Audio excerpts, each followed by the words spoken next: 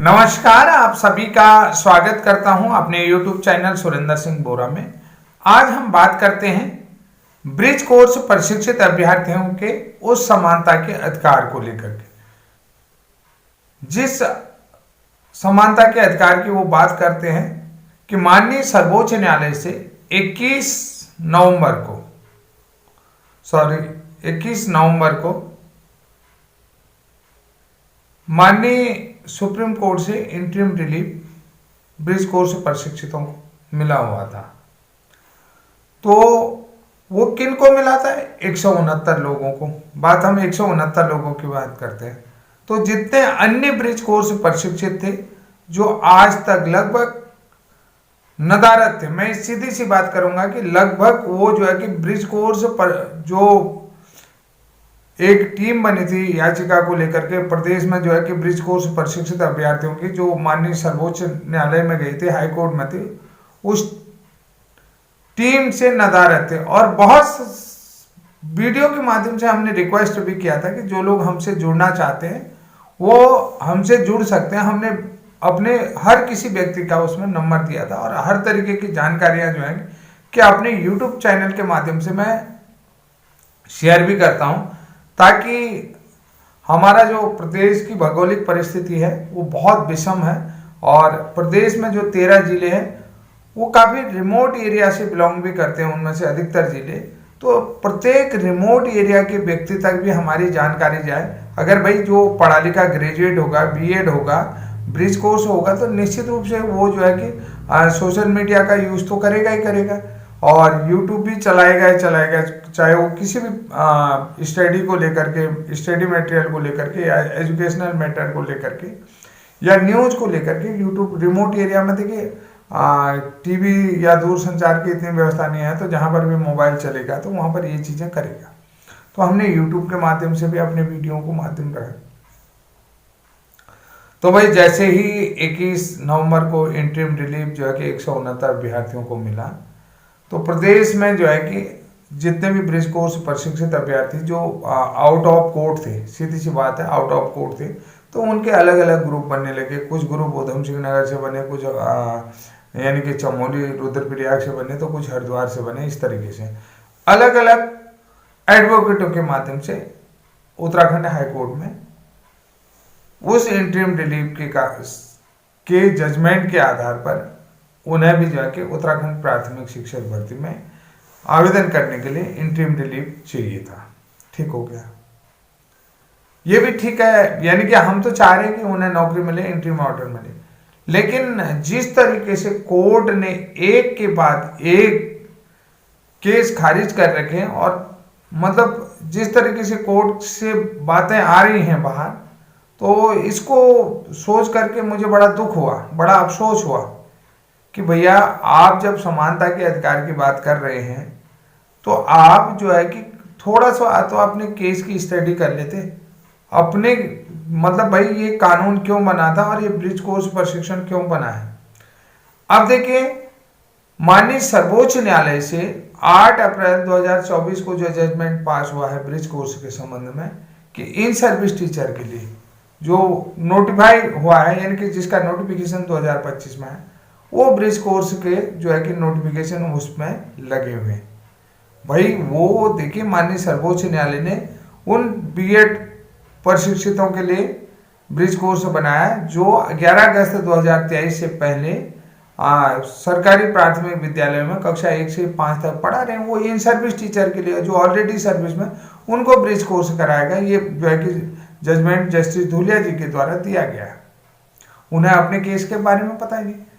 अब भाई एडवोकेट को भी नहीं मालूम। एडवोकेट ने देखा भाई आनंद फानन में ये चीज़ है कि सुप्रीम कोर्ट से इंटरिम रिलीफ जब 169 को मिल गया, तो जो ये हमारे क्लाइंट हैं, जो हम हैं, मतलब वो एडवोकेट कहता है, एडवोकेट के जो भी पिटिशनर है या पिटिशनर है, हम हैं, वो एडवोकेट जो भी बात करेगा वो उनके कोर्ट की भाषा है, डजंट मैटर।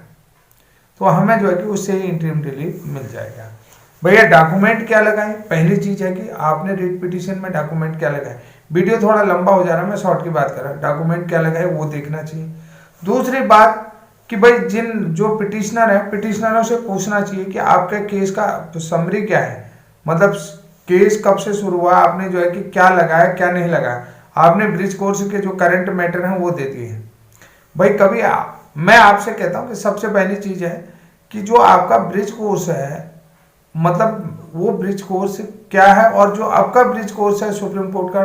देखिए पहली चीज मैं आप लोगों को ये चीज बता दूं, कोई भी कोर्ट, चाहे सर्वोच्च न्यायालय हो चाहे हाई कोर्ट है, वो जो है कि शिक्षक की क्वालिफिकेशन डिसाइड नहीं करेगी। ये पहली बात मैं आप लोगों को, शिक्षक की क्वालिफिकेशन डिसाइड करने का अधिकार केवल एनसीटी को है।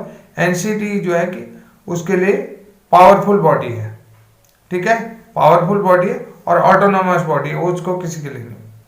ठीक हो गया। तो देवेश शर्मा और ब्रिज कोर्स केस का कोई रिलेशन नहीं है, no relation with Devesh Sharma case, bridge course प्रशिक्षण को लेकर के। जो अब हो रहा है 8 अप्रैल 2024 वाला जो डिसीजन है, उसमें देवेश शर्मा वाले केस का रिलेशन है। जो हम लोग हैं ब्रिज कोर्स प्रशिक्षित का, उसमें no relation with Devesh Sharma cases या केस डिसीजंस। ये आप लोगों को बता देता हूं।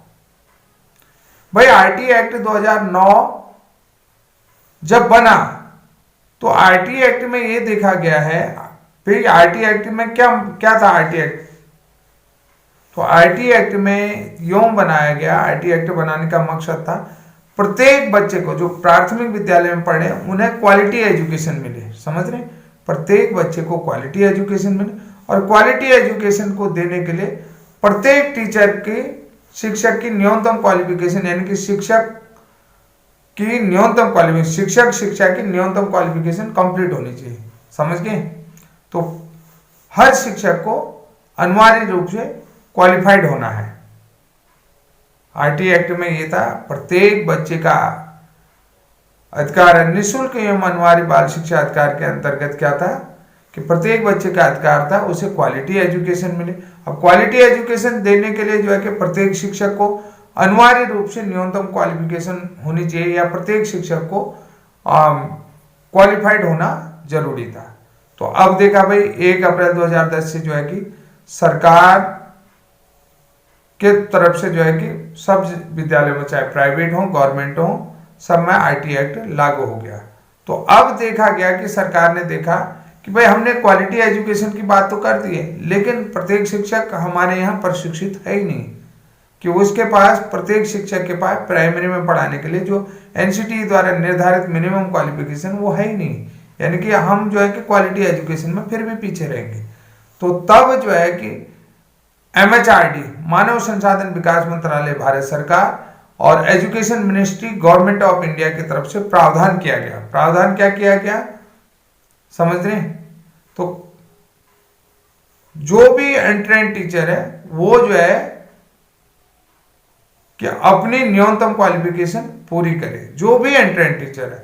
अब जो शिक्षक कक्षा 1 से 8 तक पढ़ा रहे हैं, अगर वो एंट्रेंड है तो उसे अपनी न्यूनतम क्वालिफिकेशन 5 साल के भीतर में पूरी करनी होगी।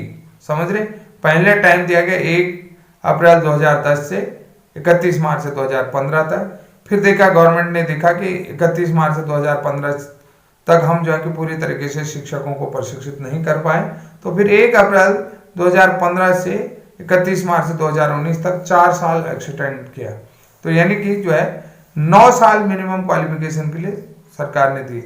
तो अब यहां पर बात आती है, हम बात आप लोगों से फिर से कहना चाहते हैं कि थोड़ा सा इस चीज को समझ लें। अब भाई आरटी एक्ट 2009 तो बना है। आरटी एक्ट में प्रावधान किया है हर शिक्षक को जो है कि अपनी मिनिमम क्वालिफिकेशन शिक्षक बनने के लिए होनी चाहिए। ठीक हो गया। उसके बाद हर बच्चे को जो है कि क्वालिटी एजुकेशन है। तो यहाँ पर प्रावधान तो हो गया और नियम भी बना दिया, 5 साल का बना दिया गया था। ठीक है। तो अब जो है कि फिर से नया कानून चाहिए भाई। 31 मार्च 2015 के बाद जो है कि 1 अप्रैल 2015 के बाद जो है कि अप्रशिक्षितों की संख्या रहेगी। तो फिर जा करके आरटी एक्ट में अमेंडमेंट लाया गया है। ठीक है। कब वो लाया गया है आपका, आपने देखा होगा 3 अगस्त 2017 को, जो आप फिर उसके बाद 10 अगस्त 2017 को संसद से, पार्लियामेंट ऑफ इंडिया, भारतीय संसद से बिल पास किया गया। उस बिल पास करने के बाद आप लोगों को मैं ये इसलिए समझा रहा हूं, ये बिल पास किया गया जिसमें करोड़ों रुपया का बजट आया है। तो ये चीजें बहुत अच्छी तरीके से, अगर आप लोगों को ये सारी चीजें समझ में आए तो ये आरटी एक्ट को समझो, और उसके बाद जो है कि इसमें कानून जो है कि अमेंडमेंट लाया गया है। तो इसमें बहुत सारे 2017 से 19 में ये प्रावधान किया गया है। ये जो है कि, और यहाँ पर इंपॉर्टेंट पार्ट और बताऊं, मैं कल इसमें डिटेल से आप लोगों से बात करूं, अभी आप लोगों के स्टडी के लिए जो है कि इस चीज को समझो। देखिए हम लोगों ने जो करा है वो आरटी एक्ट के तहत प्रावधान किया है। एनसीटी को टीचर क्वालिफिकेशन डिसाइड करने का अधिकार है। अब देखिए सुप्रीम कोर्ट वाला जो मामला है वो एनसीटी गजट नोटिफिकेशन 2018 से है। अब जिसको जो कि एनसीटी गजट नोटिफिकेशन 2018 को माननीय सर्वोच्च न्यायालय ने क्वेश कर दिया।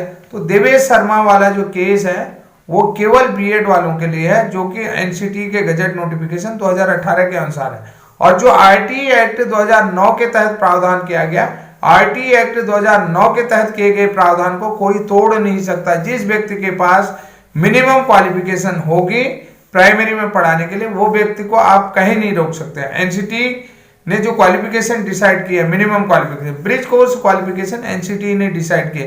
जैसा अभी आपने सुप्रीम कोर्ट के आदेश के अनुसार ब्रिज कोर्स कराया जा रहा है। तो जो पैरा नंबर 32 की बात कर रहे हैं, पैरा नंबर 32 में देवेश शर्मा वाले केस में लिखा है कि there is no bridge course in every state, कि किसी भी राज्य में जो है कि ब्रिज कोर्स जैसा कोई प्रावधान नहीं है। No provision for bridge course, तो वहां पर ये लिखा है 32 नंबर पॉइंट में, वहां पर ब्रिज कोर्स का कोई प्रावधान नहीं है। लेकिन जो है कि सरकार ने पहले एनसीटी की तरफ से मिनिमम क्वालिफिकेशन बनाएगी। कब? एनसीटी अधिनियम 1993, एनसीटी रेगुलेशन 1993 का रूल 29 और क्लॉज 12 के अंतर्गत ये सारे प्रावधान किए गए हैं। तो साथियों आज के लिए इतना ही। कल मैं आप लोगों को इसके बारे में डिटेल से बात करूंगा। जब भी आप बात करो तो अपने एडवोकेट से हमेशा कहें कि आप जो है कि पहले आप ब्रिज कोर्स के बारे में समझे। कल मैं आप लोगों को बताऊंगा कि ब्रिज कोर्स क्या है और ब्रिज कोर्स किस नियम के तहत प्रावधान किया और संसद के द्वारा कौन सा बिल लाया, रिकॉग्निशन ऑर्डर क्या था और गजट प्रकाशन क्यों नहीं हुआ, ये सारी चीजें बताएंगे। और देवेश शर्मा से कितना परे है। देवेश शर्मा वाला जो गजट नोटिफिकेशन है, एनसीटी गजट नोटिफिकेशन 28 अगस्त 2018 का, जिसको सुप्रीम कोर्ट ने क्वेश किया, वो बिल्कुल सही किया, उससे कोई लेना देना नहीं है। ये मैं कह रहा हूं, आप अपने एडवोकेट से कहिए। जब रात भर सर्च करोगे ना, देखो थोड़ी सी जानकारी। अगर आप लोगों को कल बहुत सारे लोगों के मेरे पास फोन आए थे कि सर हमें बचा लो, हाई कोर्ट में बचा लो। मैंने कहा जब डबल बेंच से केस खारिज हो रहा तो यहां से भी खारिज होगा। तो मैंने उन लोगों को एक सलाह दी थी। मैंने कहा आप ऐसा करिए, एप्लीकेशन लगाइए कि कल केस की हेयरिंग मत करवाइए, कि अपने वकील से कहिए कि कह दीजिए कि हम यहाँ नहीं है, हमारा कोई अर्जेंट काम है, इसलिए जो है कि मैं हियरिंग के लिए अवेलेबल नहीं हूँ। तो उस हियरिंग को वहां पर रुकवा देते तो वो बहुत आपके काम आ सकते थे। क्योंकि कोर्ट तो आप लोग चले ही गए थे, कोर्ट चले गए थे तो आप वो प्रावधान, लेकिन आपका क्या हो गया, प्रावधान यहाँ बचने का कोई प्रावधान नहीं बन पाया था। इस कारण से आप लोगों को ये दिक्कतों का सामना कर चले गए थे। लेकिन देखिए बिना सलाह के आप जाओगे, बिना जानकारी के जाओगे तो ये नतीजा तो होगा ही होगा। बिना जानकारी बिना सलाह के गए और आप लोगों ने नतीजा देखा। आप बात कर रहे थे कि 169 को जो है कि जब मिल सकता है हमें क्यों नहीं मिल सकता, समानता के अधिकार का उल्लंघन है। बहुत सारे महिला टीचरों ने भी मुझसे कहा था, वो भी चमोली गढ़वाल रुद्रप्रयाग वाले ने कहा था, तमाम जो है कि सुरेंद्र रावत जी हैं इनने कहा था मुझसे, और एकाधिक और भी हैं, कोई यादव जो भी हैं हरिद्वार के, उनने भी मेरे से बहुत बात करी थी। तो ये मैं आप लोगों को बता रहा हूँ भाई, बिना जानकारी की बिना समझ के जाओगे, एडवोकेट के साथ घंटों कन्वेंस करना चाहिए। हमने जो है कि 7 बजे से रात के 1 बजे तक एडवोकेट के साथ कन्वेंस किया था। आज आप बहुत सारा एक आरडी जुगरिया है लोहाघाट के, उन्होंने कहा कि सुरेंद्र बोरा को कैसे मिल गया, वो कैसे, ये प्रावधान है। आरडी जुगरिया जी भी सुन लीजिए, लोहाघाट वाले जो भी है, मैं आपको व्यक्तिगत तौर पर भी जान रहा हूँ, आप 2-3 बार मेरे साथ मिल चुके थे। लेकिन आज आपको चाहिए अधिकार ना, आज अधिकार होगा तो ये आपको अधिकार मिल रहे हैं, देख तो रहे हो। जब भीड़ में भागोगे अपने आप को, मैं हमेशा कहता हूं कि जब भीड़ के साथ भागोगे तो गिरने के चांसेस भी रहते हैं, समझ रहे हैं, ये स्पष्ट है। भीड़ के साथ भागोगे तो गिरने के चांसेस रहेंगे। लेकिन आप अपने को स्पेशल बनाना चाहिए था, यूनिक बनाना चाहिए था। स्पेशल यूनिक का मतलब आप समझ रहे हैं। तो इसलिए जो है कि संभल करके चलो, भीड़ के साथ भाग रहे हो तो संभल करके चलना, यही निवेदन आप लोगों से है। तब तक के लिए जय हिंद, जय उत्तराखंड।